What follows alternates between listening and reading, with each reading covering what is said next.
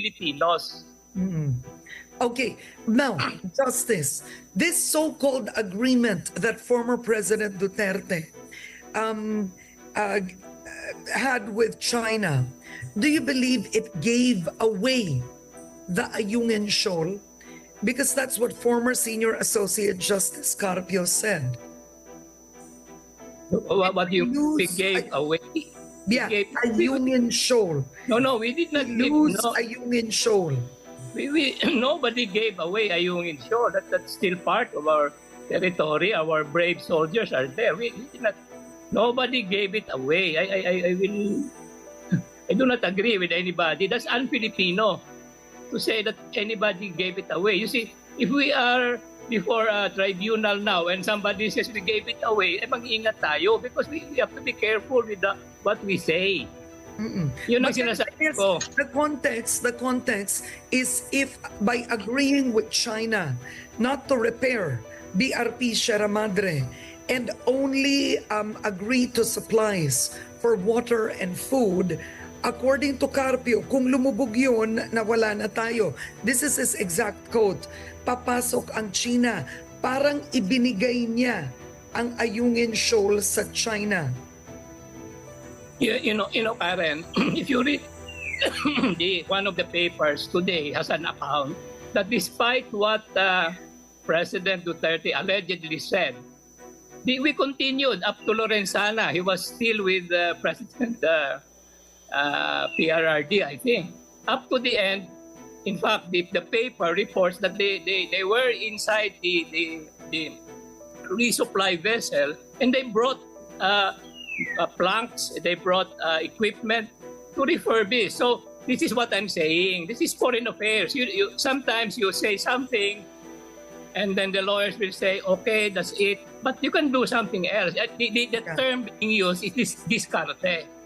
Discarte, because we are not a strong nation. We have to face it.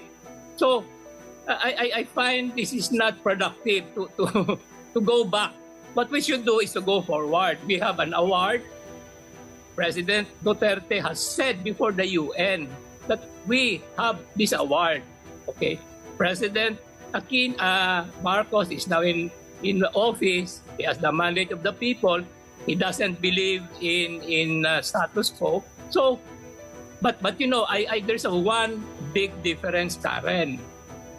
During the time when we filed the arbitral award, nobody was on our side. Okay, then we got the award. When we got the award, I met with Secretary Ochoa and then incoming Secretary Yasay, and they asked, please don't say anything kasi January 30 pumasok si PRRD, and so we did not do anything. And then the award came in, and the president PRRD was very careful. So what he did was I think he just said, okay, let's have peace, let's have the status quo.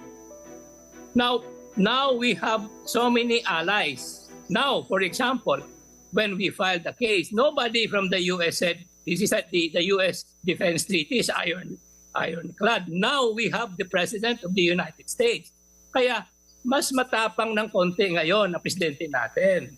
So wag na natin halongkatin ang kasi nung time ni President Duterte, nung time ni President Aquino, wala tayo noon. I also hear that President Duterte said, kung gano'n na, padala nyo nga ang 7th Fleet sa Ayungin, hindi wala tapos na. So I think my point is, let us be careful na we only have one president, we only have one foreign policy. Tama naman ang ginagawa ni President Marcos. Yeah. Tama naman. Now, ang nakaraan, wag na natin. You know, ang ano diyan, Karen, every president has a time, every president has a mandate.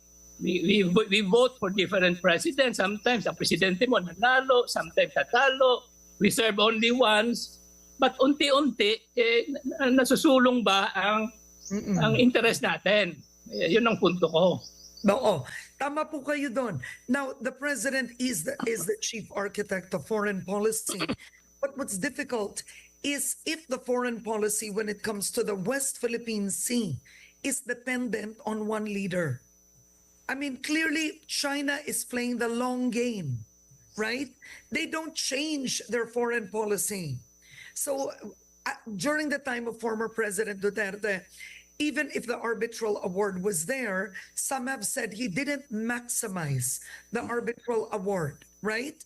So Yes. yeah, so that's a criticism on that part. With this particular president, he holds on the arbitral award, reaffirms it, but some have criticized him that he's pivoting way towards the U.S. So it's that changing foreign policy that the Philippines is. I would have to say it's quite. This is where it's precarious because where we are with the West Philippine Sea depends on the leader. And it shouldn't be the case. It shouldn't be the case, right?